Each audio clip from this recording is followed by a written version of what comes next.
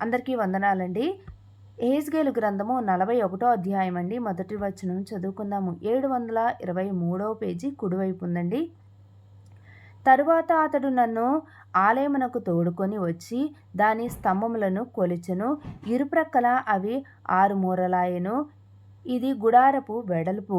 వాకిలి వెడల్పు 10 మూరలు. తలుపు ఇరుప్రక్కల 5 మూరలు.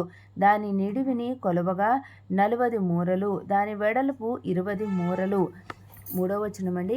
అతడు లోపలికి పోయి వాకిలి స్తంభమును కొలవగా 2 మూరలాయెను.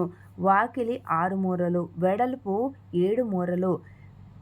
4వ వచనమండి. ఇది అతి పరిశుద్ధ స్థలమని చెప్పి దాని నిడివిని కొలవగా 20 మూరలను. ఆలయమునకును దానికిని మధ్య వెడల్పు 20 మూరలాయెను. తరువాత అతడు మందిరపు గోడను కొలువగా 6 మూరలాయెను. మందిరపు ప్రక్కల ఉన్న మేడగదులను కొలువగా 4 మూరలాయెను.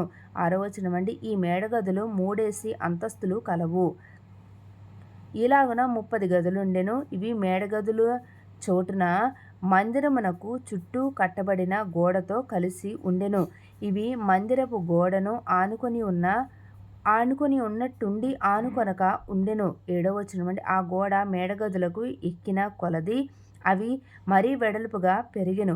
పైకెక్కిన కొలది మందిరము చుట్టూ ఉన్న ఈ మేడగదుల అంతస్తులు మరీ వెడల్పగుచుండెను గనుక మందిరపు పైభాగము మరీ వెడల్పుగా ఉండెను. పైకెక్కిన కొలది అంతస్తులు మరీ వెడల్పుగా ఉండెను. 8వ వచనమండి. మరియు నేను చూడగా మందిరము చుట్టూ ఉన్న నేలకట్టు ఎత్తుగా కనబడెను. ఎలయనగా ఆ మేడగదులకు 6 పెద్ద మూరలు గల పునాది ఉండెను. మేడగదులకు బయట ఉన్న గోడ 5 మూరల వెడల్పు. మరియు మందిరపు మేడగదుల ప్రక్కల ఉన్న స్థలము ఖాళీగా విడువబడి ఉండెను. గదుల మధ్య మందిరము చుట్టూ నలుదిశలా 20 మూరల వెడల్పున చోటు విడువబడి ఉండెను. మేడగదుల వాకిండ్లు ఖాళీగా ఉన్న స్థలము తట్టు ఉండెను. ఒక వాకిలి ఉత్తరపు తట్టునకు, ఇంకొక వాకిలి దక్షిణపు తట్టున ఉండెను. ఖాళీగా ఉన్న స్థలము చుట్టూ 5 మూరల వెడల్పుండెను. ప్రత్యేకింపబడిన చోటుకెదురుగా ఉన్న కట్టడము పడమటి తట్టు 70 మూరల వెడల్పు. దాని గోడ 5 మూరల వెడల్పు. గోడ నిడివి 90 మూరలు. మందిరము యొక్క నిడివిని అతడు కొలువగా 100 మూరలాయెను. ప్రత్యేకింపబడిన స్థలమును, దానికెదురుగా ఉన్న కట్టడమును, దాని గోడలను కొలువగా 100 మూరలాయెను. మరియు తూర్పు తట్టు మందిరపు నిడివిని, ప్రత్యేకింపబడిన స్థలమును కొలువగా 100 మూరలాయెను. 15వ వచనమండి. ఈలాగున పరిశుద్ధపు 15వ వచనము. ఈలాగున మందిరపు వెనుకటి భాగమున ప్రత్యేకింపబడిన స్థలమునకు ఎదురుగా ఉన్న కట్టడమును, దాని ఇరుప్రక్కలనున్న వసారాలను కొలువుగా 100 మూరలాయెను. 16వ వచనమండి. మరియు గర్భాలయమును, ఆవరణపు మంటపములను, గడపలను, కమ్ములు గల కిటికీలను, ఎదుటి 3 అంతస్తుల చుట్టూనున్న వసారాలను ఆయన కొలిచెను. కిటికీలు మరుగు చేయబడెను. గడపలకెదురుగా నేల ఉండి కిటికీల వరకు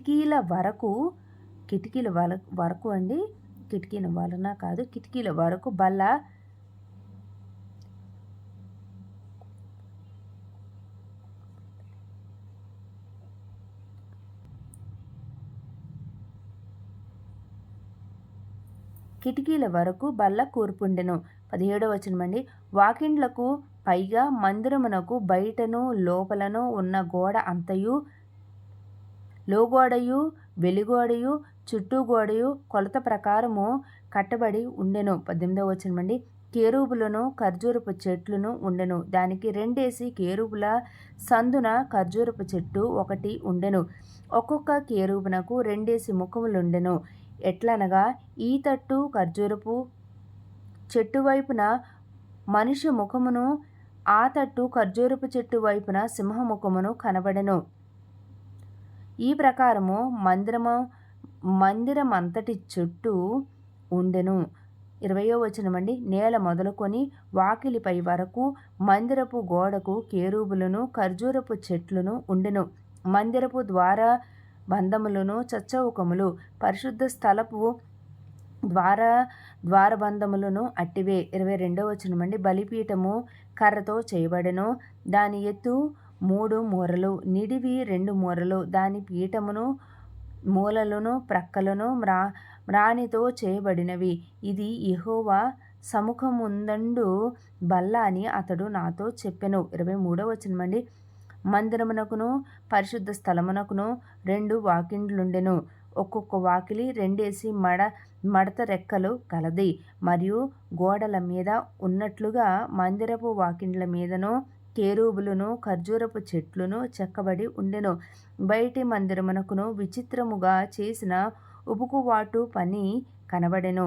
మరియు మంటపమునకును ఇరుప్రక్కల గోడలకును మందిరపు మేడగదులకును ఒరపాకులకును ఇరుప్రక్కల కమ్ములు వేసిన కిటికీలును ఖర్జూరపు చెట్లును పోలిన అలంకారమును ఉండెను. 26వ వచనములను ఒరపాకులకును అనే మాటకి మీనింగ్ తెలిస్తే మీరు ఎవరైనా కింద కామెంట్ చేయండి. ఓకే అండి.